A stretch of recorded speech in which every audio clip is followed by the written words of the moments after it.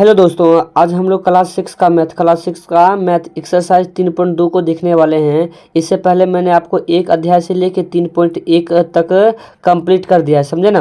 अब देखिए, आप 3.2 देखने से पहले आप विभाज्यता का नियम देख लीजिए। किसका नियम देख लीजिए? विभाज्यता का नियम। आपके मन में पता होगा कि सोचते होंगे कि विभाज्यता का नियम कहाँ से देखें।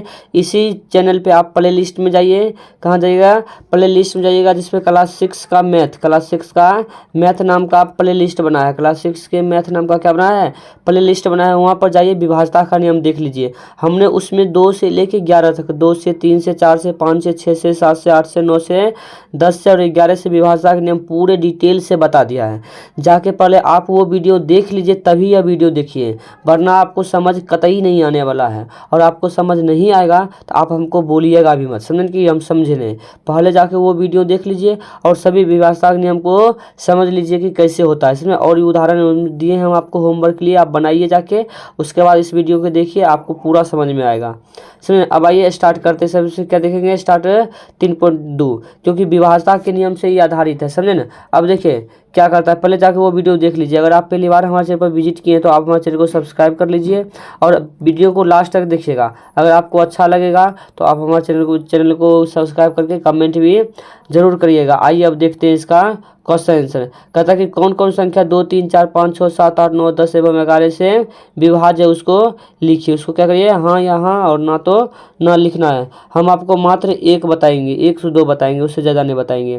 देखिए, 2 से विभाज्यता का नियम कहता था कि यदि किसी संख्या के अंत में 0, 2, 4, 6, 8, 10 हो, 0, 2, 4, 6, 8 हो, तो उसे क्या कहते हैं? वो 2 से पूरी तरह भाग लगेगा। तो इसके लास्ट में देखिए 4 है, तो यह 2 से लगेगा, तो इसमें क्या लिखेंगे? हाँ लिखेंगे। क्या लिखेंगे? हाँ लिख देंगे। अब देखिए, 3 से विभाज्यता का नियम कहता था यदि संख्या के अंकों का योगफल अगर 3 से विभाज्य तो पूरी संख्या 3 से विभाज्य होगी। अब देखिए 124 है, इसमें जोड़ के देखिए 2, 1, 3, 4, 3, 7, यानी मतलब बताइए 3 से लगेगा? नहीं लगेगा, तो क्या लिख देंगे? नहीं लिख देंगे। क्या लिख देंगे?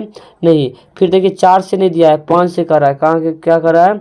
5 से। लेकिन हम 4 से भी बता देते हैं। किताब में 4 से लगता है कि लड़का मिस प्रिंट कर दिया इसमें। किताब 1 मिनट देख लेते, 4 से पूछ रहा है कि नहीं पूछ रहा है। 4 से पूछ रहा होगा, समझे ना। 4 से पूछ रहा होगा तभी, क्योंकि 2, 3, 4 से भी है और 5 से। यहाँ पे देखिए 7 की जगह पर हम क्या कर देते हैं? 4। 7 की जगह पर क्या कर देते हैं? 4। चूँकि लड़का जो प्रिंट कर रहा था उससे गलती हो गया था। आप लोग जब खटाल बनाइएगा किताब में देखिएगा तो 3 के बाद क्या है? 4। 3 के बाद क्या है? 4। लेकिन 7 नहीं है, समझे। लेकिन हम 7 का विभाज्यता का नियम पढ़ा दिए, तो आप 7 की जगह पर 4 कर लीजिए, या फिर किताब से आप देख लीजिए, मैं आपको समझा देता हूँ।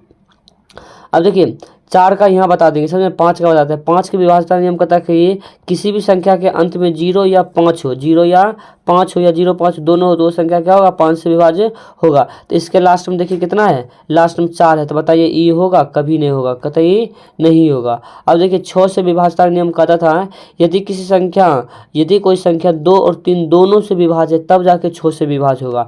यहाँ देखिए 2 से है लेकिन 3 से नहीं है, तो बताइए 6 से होगा? तो 6 से भी नहीं होगा, समझे ना। अब 4 से विभाज्यता का नियम कहता है यदि किसी संख्या के इकाई और दहाई और दिहाई अंक से बनी संख्या 4 से भाज्य है, तो पूरी संख्या 4 से भाज्य लगेगी। तब देखिए लास्ट में 24 है, 2 पर 4 24, ये हुआ इकाई, हुआ दहाई, तो 2 अंक से मिलकर संख्या 4 से विभाज्य है, तो क्या होगा? 4 से भी विभाज्य होगा, पूरी संख्या 4 से विभाज्य लगेगा। अब 8 से विभाज्यता का नियम क्या कहता था? 8 से विभाज्यता का नियम कहता था यदि किसी संख्या के इकाई, दहाई और सैकड़ा से बनी संख्या अगर 8 से विभाज्य है, तो पूरी संख्या 8 से विभाज्य होगी, या फिर अंत में 3 शून्य हो। तो अब देखिए यह 8 से लगेगा कि नहीं लगेगा? तीनों में लगा कर आपको देखना पड़ेगा, समझ। लगा क्या करना पड़ेगा? देखना पड़ेगा। 8 एकम 8, यहाँ 4 बचेगा, 4 बचेगा, 8 5 40 हो गया, समझे। इसका मतलब 4 बच गया, तो 8 से कतई नहीं लगेगा। कभी 8 से लगेगा? नहीं लगेगा। तो इसमें क्या लिख देंगे? नहीं लिख देंगे। क्या लिख देंगे? नहीं लिख देंगे। उसके बाद फिर कहता क्या कि आप इसमें क्या करें कि इसमें फिर इसको कहता है 9 से विभाज्यता का नियम। तो 9 से विभाज्यता का नियम भी बताए थे, यदि किसी संख्या के अंकों का योगफल 9 से विभाज्य है, तो पूरी संख्या 9 से विभाज्य होगा, समझे ना। तो इसको देखिए 2, 1, 3, 3, 4, 3, 7 हुआ, तो बताइए 9 से लगेगा? तो ये भी नहीं लगेगा, इसमें लिख देंगे नहीं।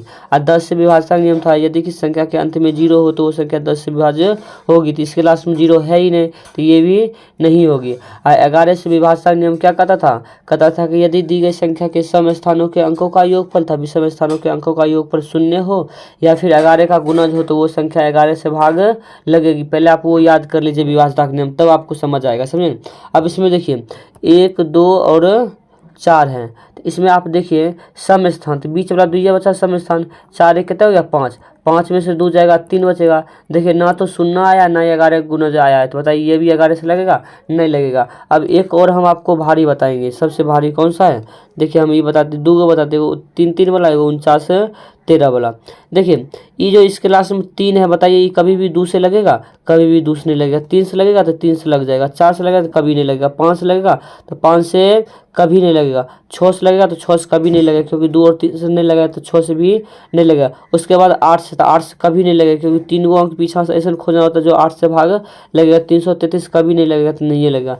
9 से देखिए जोड़ के देखते, अगर 9 का पहराम होगा तो 9 से लगेगा। 3 3 6, 3 3 9, 9 3 12 12 3 15 15 3 18, यानी 9 से लगेगा। 10 से कतई नहीं लगेगा। अब 11 से लगाने के लिए क्या 3 है, देखिए तो 6 3 है, क्या 3 है 6 3 है, समझे ना। तो सम स्थान और विषम स्थान को जोड़ना रहता है ना, तो 3 3 6 6 3 9, 3 3 6 6 3 9, 9 से 9 जाएगा तो 0 हो जाएगा, मतलब 11 से भाग लग जाएगा, 11 से भाग लग जाएगा। तो ये हो गया इसका, समझे।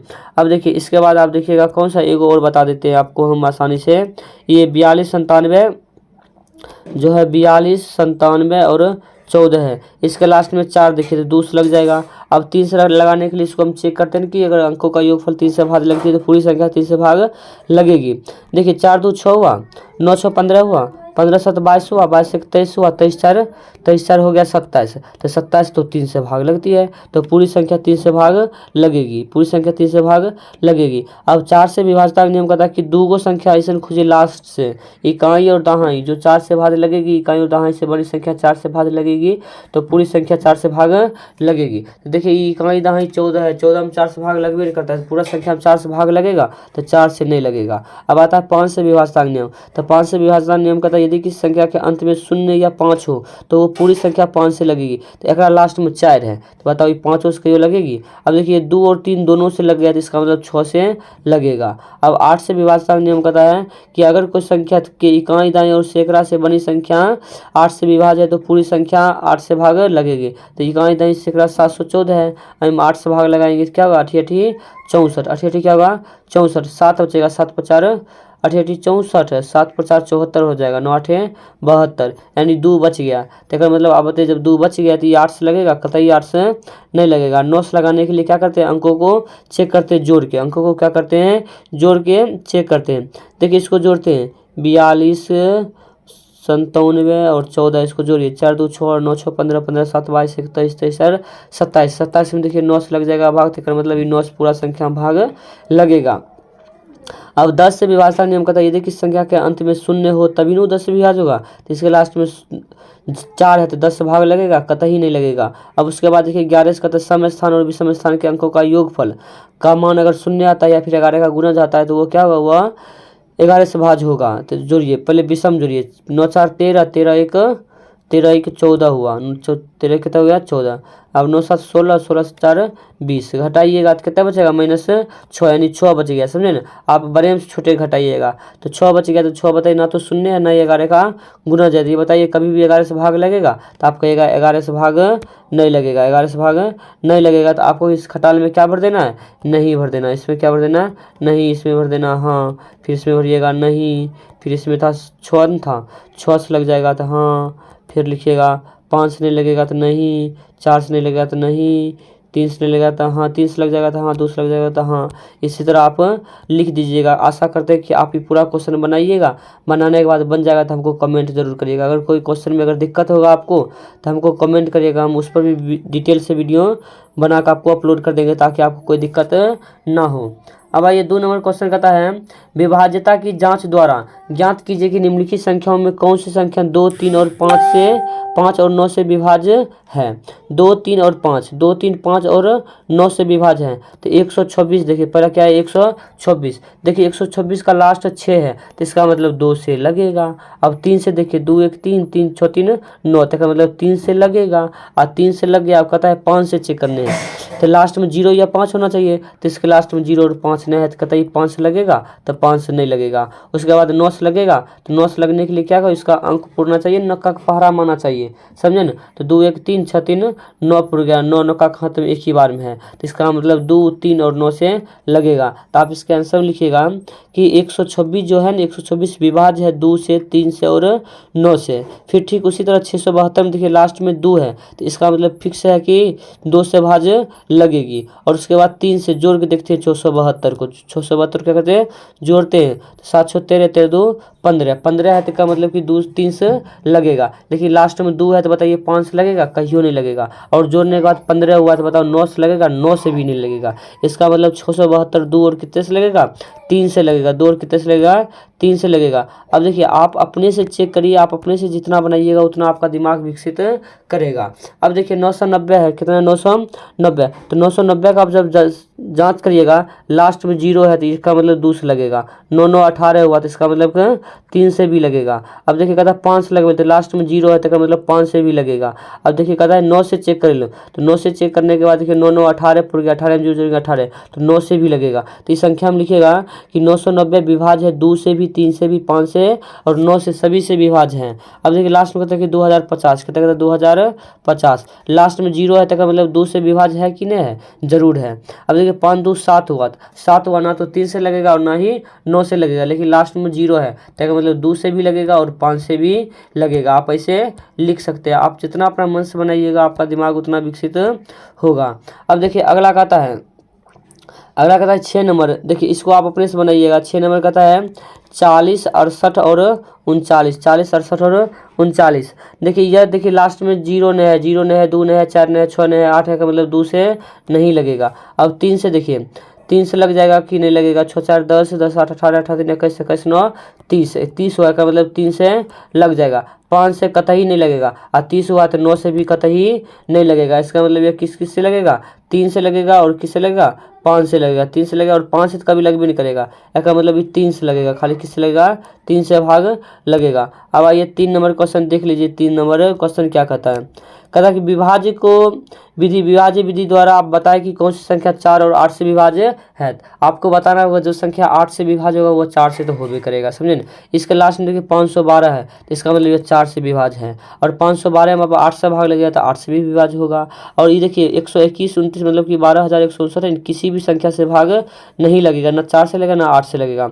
40 96 में देखिए ये 96 जो है ये 4 से लग जाएगा, 8 से जाँच करने के लिए 3 को पकड़ेंगे, 0 9 6, तो मतलब 12 96 मतलब 8 से भी लग जाएगा यह, समझे। तो लिखिएगा 4 और 8 दोनों से विभाज्य है। फिर 14540 में जांच कीजिएगा तो केवल 4 से लगेगा, 540 में 8 से भागे नहीं लगेगा, तो पूरी संख्या में 8 से भाग नहीं लगेगा। फिर देखिए अब आगे देखिएगा 21084 है, तो इसमें 21084 है, समझे ना। तो इसमें 4 से भाग लग जाएगा 21 बार में, तो 4 से तो लग गया, लेकिन 8 से 3 में नहीं लगेगा, तो बताइए 8 से लगेगा, कभी नहीं लगेगा, खाली 4 से विभाज्य है। फिर इसमें देखिएगा लास्ट के 3 अंक पकड़िएगा, तो 2 अंक पकड़ते हैं 4 से जांच करने के लिए, तो 4 से लग गया, और 3 अंक में 8 से पता चलता है, तो 0 12 में 8 से भाग लगाएंगे तो कहीं नहीं लगेगा 8 से, तो खाली किससे लग जाएगा, खाली 4 से लग जाएगा। अब देखिए कहता है कि निम्न संख्या को 6 से विभाज्यता की जांच करें, तो हम 6 से विभाज्यता की जांच बताएं। जो संख्या 2 और 3 से लगता है वो 6 से भी लगता है। ये देखिए 2 से कतई नहीं लगेगा, तो 6 से कहीं लगेगा, नहीं लगेगा। इसमें देखिए 2 से लग जाएगा, लेकिन 3 से भी चेक कर लेते हैं, तो 6 3 9 9 9 18 18 2 20 21, यानी 3 से भी लग गया, तो यह संख्या 6 से भी लग जाएगा। इसको देखिए यह 2 से लगेगा, लास्ट में 4 है, 3 से भी चेक कर लेते हैं, 5 4 9 9 6 15 15 5 20 20 3 23 23 4 27, 3 से लग जाएगा, तो यह संख्या 6 से भी विभाज्य है, समझे ना। हम आशा करते हैं आप अच्छी तरह से समझ गए होंगे। अब देखिए अगला क्वेश्चन देख लेते हैं। अगला क्वेश्चन क्या कहता है, कहता है निम्न में से कौन सा कथन सत्य है। यदि कोई संख्या 3 से विभाज्य है तो वो संख्या 9 से विभाज्य होगी। अगर देखिए कोई संख्या 3 से विभाज्य है तो वो संख्या 9 से ऑटोमेटिक विभाज्य होगी। आप कोनो संख्या लीजिए जो 3 से विभाज्य है वो संख्या 9 से कतई विभाज्य नहीं होगी, कभी विभाज्य नहीं होगी। जैसे देखिए 6 में देखिए 6 3 से विभाज्य है लेकिन 9 से विभाज्य होगा, तो यह कभी भी नहीं होगा, यह असत्य हो जाएगा। कहता है यही इसका का उल्टा, कहता है यदि कोई संख्या 9 से विभाज्य है तो वो 3 से विभाज्य होगा, ये तो 100% होगा। 9 का अंक पहरा कोनो संख्या लीजिएगा वो 3 से कटिबे करेगा। कहता है सभी संख्या जो 18 से विभाज्य है वो 3 और 6 से विभाज्य होगी, तो बिल्कुल सत्य बात है। जो संख्या 18 से विभाज्य है वो संख्या 3 और 6 से विभाज्य होगी, क्योंकि जब हम 18 का गुणनखंड करते तो 3 और 6 आता है। अब देखिए सभी संख्या जो 8 से विभाज्य है वो 4 से विभाज्य होगा, 100% विभाज्य होगी। अब कहता है कि जो संख्या 9 और 10 से विभाज्य हो 90 से विभाज्य हो गया हो, क्योंकि 9 और 10 का गुणन लघुत्तम जो होता है ना वो कितना होता है, 9 और 10 का 90 होता है। तो जो संख्या 9 और 10 दोनों से विभाज्य होगा और 90 से विभाज्य हो भी करेगा। अब देखिए कहता है यदि कोई संख्या दी हुई संख्या के योग को पूर्णतः विभाजित करते थे वो उन दोनों संख्या को अलग अलग पूर्ण विभाजित करेगी तो कभी नहीं करेगी। मतलब कि दो संख्या अलग अलग किसी के योग, जैसे 3 जोड़ 5 है तो मान लीजिए 8 है, तो मान लीजिए कि 5 8 को विभाजित करता है, 3 भी 8 को विभाजित करेगा, ये बिल्कुल क्या हो गया, गलत हो गया। ये बिल्कुल क्या हो गया, गलत हो गया। अब अगला देखिए कहता है दो सहअभाज्य संख्याओं का दो सहअभाज्य में कम से कम एक अभाज्य संख्या होनी जरूरी है। ये कोई जरूरी नहीं। सहअभाज्य मतलब क्या होता है, जैसे 5 7 उसमें एक अभाज्य संख्या होना कोई जरूरी है नहीं। जैसे देखिए कि 9 और 10 इसके बीच में तो कोनो अभाज्य संख्या नहीं है, समझे ना। लेकिन फिर देखिए क्या 5 और 6 आई के बीच में एगो है, तो कोई ऐसे देखिए 12 से 14 और 15 इसके बीच में भी कोई सा एगो मतलब कि दो एक अभाज्य संख्या होना कोई जरूरी नहीं है। कोई कम से कम एक अभाज्य संख्या होना जरूरी नहीं। इन तक को अभाज्य संख्या नहीं है तो ये भी क्या हो जाएगा, असत्य हो जाएगा। कहता दो क्रमागत विषम संख्याओं का योग सदैव 4 से विभाज्य होगा। तो दो को क्रमागत संख्या देखिए 3 और 5 जोड़िए हमेशा ही 8 होगा, 4 से विभाज्य होगा। 7 और 5 लीजिए विषम संख्या क्रमागत है तो 12 होगा। 11 और 13 लीजिए हमेशा क्या होगा, 4 से विभाज्य होगा। तो यह भी कथन क्या हो जाएगा, सत्य हो जाएगा, समझे ना। अब देखिए 6 नंबर क्वेश्चन क्या कहता है, 6 नंबर क्वेश्चन देख लेते हैं। कहता है 6 8 24 32 का गुणनखंड ज्ञात कीजिए। गुणनखंड मतलब क्या होता है कि वो कौन कौन संख्या से भाग लगता है, कौन कौन संख्या से भाग लगता है वो आपको बताना होगा। तो 18 का 8 का गुणनखंड क्या हो जाएगा, 1 2 4 8। 24 का क्या हो जाएगा, 1 2 3 4 5 4 6 8 12 और 24। जिस जिस संख्या से भाग लगता है ना वो संख्या आपको लिख देना है। फिर 32 का क्या हो जाएगा, 1 से भी लगेगा, 2 से 4 से 8 से 16 से और 32 से लगेगा। जो भी संख्या से भाग लगेगा उसको क्या करना है, आपको लिख देना। 7 नंबर कहता है कि निम्नलिखित का सार गुणनखंड बताइए। देखिए सार गुणनखंड का मतलब हुआ कि पहले आप गुणनखंड लिख दीजिए। पहले आप क्या करिए, गुणनखंड लिख दीजिए। और सार मतलब होता है जो मिल गया, दोनों में सभी में जो मिल गया उसी को क्या कहते हैं, सार गुणनखंड कहते हैं। तो 4 और 32 में देखिए क्या क्या मिलेगा। 4 और 32 में जो है 4 करेंगे तो 1 2 4 मिलेगा, और 32 का करेंगे तो 1 2 4 1 2 4। 32 का भी किए नहीं, 32 का करेंगे तो मान लीजिए 32 का कर रहे हैं तो 1 2 4 8 16 और 32 मिलेगा। तो मिल जाएगा 1 2 और 4 मिलेगा। तो इसका सार गुणनखंड क्या हो जाएगा, 1 2 और 4 हो जाएगा। देखिए हम लिखे भी हैं। देखिए 4 32 का सार गुणनखंड क्या हो जाएगा, 1 2 और 4 हो जाएगा। आपको आशा करता हूँ कि समझ गए होंगे। अब ये देखिए 8 32 और 42 का करना है। तो इसका सबसे पहले आप क्या करिए, सबसे पहले इसका क्या करिए, गुणनखंड करिए। तो 8 का करिएगा तो 1 2 और क्या हो जाएगा 4 8। इसका करिएगा तो 32 का 1 2 4 8 16 32 हो जाएगा।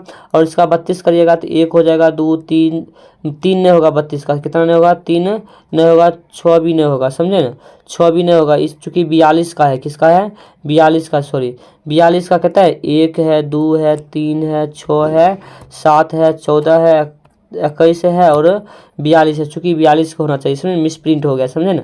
तो आप इन सब में जो मिलता है उसको क्या करिएगा, उसको कहिएगा सार गुणनखंड है। तो अब देखिए 8 32 और 42 तीनों में मिलने वाले गुणनखंड 1 और 2 है। तो आप कहिएगा अतः 8 और 32 और 42 का सार गुणनखंड जो है ना 1 और 2 होगा। अभी 14 56 और 28 का ये आप खुद से सॉल्व करिएगा, समझे। पहले इसको जो जो संख्या से लगता है वो कर दीजिएगा और उसके बाद जो मिलता है वो उसका क्या हो जाएगा, सार गुणनखंड हो जाएगा। अब कहता है कि निम्नलिखित का गुणज लिखिए। निम्नलिखित का क्या लिखिए, गुणज। गुणज देखिए बहुत आसान होता है। आप उसका पहरा लिख दीजिए, जहाँ तक आता है तहाँ तक लिख दीजिए, वो उसका क्या कहलाता है, गुणज कहलाता है। तो 8 का गुणज हम जानते हैं कि आपको पहरा आता है, 10 का भी पहरा आता है, समझे ना। आप अनंत तक लिख सकते हैं। यहाँ देखिए 90 के बाद 100 होता है, यहाँ 1000 कर दिया पगलावा। कोई बात नहीं, लड़का था मिस प्रिंट हो गया, लड़के से तो होबे करता है, समझे। गलती तो होती रहती है, इसमें क्या करिएगा। देखिए 10 20 90 के बाद 100 ना चाहिए, 100 हो गया, मिस्टेक हो गया, समझे। तो कोई बात नहीं, 4 और 12 का पहरा आपको आता होगा, इसमें कोई दिक्कत नहीं है। इसमें अगर कोई दिक्कत है तो हमको कहिएगा। फिर 3 5 8 का कहता है, 3 5 8 का गुणज कहता है, तो ये भी हम नहीं लिखेंगे। देखिए 3 का खात आपको आता ही है, 5 का आता ही है और 18 का आता ही है। आप क्लास 6 में जरूर आपको आता होगा। अब निम्नलिखित का सार गुणज बताइए। सार गुणज का अर्थ क्या होता है, सुनिए। सबसे पहले आपको गुणज लिख दीजिएगा। सबसे पहले क्या लिख दीजिएगा? गुणज। गुणज मतलब होता है पहरा, लिख दीजिए। गुणज मतलब क्या होता है? पहरा लिख दीजिए। हम अभी आपको बताए कि सार मतलब होता है जो मिल गया उसको ले लो, जो नहीं मिला उसको छोड़ दो। तो 4 का लिखिएगा, 14 का लिखिएगा, और 4 और 14 में वैसे गुणज जो दोनों में है तो देखिएगा 28 और 56 है। 4 और 14 28 और क्या है? 56। तो कहिएगा अतः 4 और 14 के सारे गुणज 28 56, और उसके बाद आगे और बढ़ाते जाइएगा तो 84 हो जाएगा। इसको और लिखते जाइएगा, इसको चरका में 44 48 52 करके लिखे जाइएगा तो और आगे बढ़ते जाएगा तो आपको 84 मिल जाएगा दोनों में। फिर कहता है 8 और 24। आशा करता हूँ कि 8 और 24 का आप अपने से बना सकते हैं। 8 का पहरा लिखिएगा, 24 का पहरा लिखिएगा, और 8 और 24 दोनों में मिलने वाले गुणज 24 48 72 और 96। जब आप लिखते जाइएगा तो आपको ये चारों मिल जाएगा, समझे ना। अब देखिए दिमाग लगाने वाला है 6 21 और 27। इसमें जब तक नहीं मिलेगा तब तक आप क्या करिएगा? पहरा लिखते रहिएगा, समझे ना। तो देखिए पहरा कैसे लिखते हैं। 6 का पहरा आता है आप 60 तक लिख दीजिएगा, 21 का 168 तक लिख दीजिएगा, 27 का भी 162 तक लिख दीजिएगा, समझे। अब देखिए इन दोनों में क्या मिलता है, इन तीनों में तो 6 21 27 तीनों में मिलने वाले गुणज 378 हैं। आप कहिएगा 378 कैसे होंगे? आप चूंकि 6 का 60 तक ही पहरा नहीं होता है, इसको आप आगे तक लिखिएगा 66 72 78। अगर हम लिखते तो बहुत बड़ा हो जाता है, समझे ना, इसीलिए नहीं लिख पाए, समझे ना। आप लिखिएगा, इसको बढ़ाते जाइएगा। किसका खात आपको आता होगा? 27 का खात आपको आता है, समझे ना। आप लिख के लिखिएगा 378 कब मिलता है। जब मिल जाएगा तब आप क्या करिएगा? छोड़ दीजिएगा, समझे ना। अब कहता है निम्नलिखित का अभाज्य गुणनखंड ज्ञात कीजिए। देखिए अभाज्य गुणनखंड कैसे निकलता है हम आपको बेहतरीन तरीके से समझा देते हैं, समझे ना। देखिए कहता है 540। क्या कहता है? 540। अभाज्य गुणनखंड कहेगा तो आप ऐसे करिएगा, अभाज्य गुणनखंड कहेगा तो कैसे करिएगा है, देखिए 540 कहता है ना, 540 लिखिएगा, समझे ना। अब देखिए सबसे पहले 2 से लगाइएगा तो 270 होगा, फिर 2 से लगाइएगा तो कितना होगा? 135 होगा। फिर कितने से लगेगा? 3 से लगेगा, कितने से लगेगा? 3 से। तो 4 तिया 12 और 5 तिया 15, और फिर 3 से लगेगा तो 15 होगा, फिर 3 से लगेगा तो कितना होगा? 3 से लगेगा तो 5 हो जाएगा। ये इसका क्या हो गया? अभाज्य गुणनखंड हो गया। तो 2 2 3 3 और एक क्या लास्ट में आ जाएगा? 5 आ जाएगा, समझे ना। आप करिएगा जब 2 या जब 3 है आप लिख दीजिएगा। फिर 450 कहता है, क्या कहता है? 450 मैं बना ही देता हूँ आपको, समझे ना। अब देखिए 450 कितना का? 450 को 2 से लगाइएगा तो 225 होगा। अब 3 से लगेगा तो 7 21 5 15, फिर 3 से लगेगा तो कितना हो जाएगा? 25 तिया 75। अब 5 से लगेगा तो कितना हो जाएगा? 5 हो जाएगा। यानी एगो 2 2 3 और 2 5 हो गया। इसका क्या हो गया? गुणनखंड, अभाज्य गुणनखंड। अब कहता है 420 का। क्या कहता है? 420 का। तो देखिए 420 का क्या हो जाएगा, समझे ना। 420 को बनाइएगा, देखिए आसानी से बन जाएगा। देखिए 2 से लगाइएगा तो कितना होगा? 210। 2 से लगाइएगा तो 105, फिर 3 से लगाइएगा तो कितना? 35 तो 105, फिर 5 से लगेगा 7 5 35। इसका ये हो गया अभाज्य गुणनखंड, समझे ना। तो लिख दीजिएगा क्या? 2 2 3 7 और 5। पहले 5 आएगा तब 7 आएगा। 2 गुना 2 गुने 3 गुने 5 गुने 7। आपका एक्सरसाइज क्या होता है? 2.3.2 खत्म होता है। अगर आपको ये वीडियो अच्छा लगा है तो आप हमारे चैनल को सब्सक्राइब करिए और कमेंट करके हमको ज़रूर बताइए कि वीडियो आपको कैसा लगेगा। नेक्स्ट टॉपिक लेकर मिलेगा एक्सरसाइज 3.3 अगले दिन, समझे ना। धन्यवाद, थैंक्स फॉर वॉचिंग। वीडियो देखने के लिए आप हमें सपोर्ट करते रहिए, हम आपके लिए वीडियो ऐसे ही बनाते रहेंगे। धन्यवाद सर।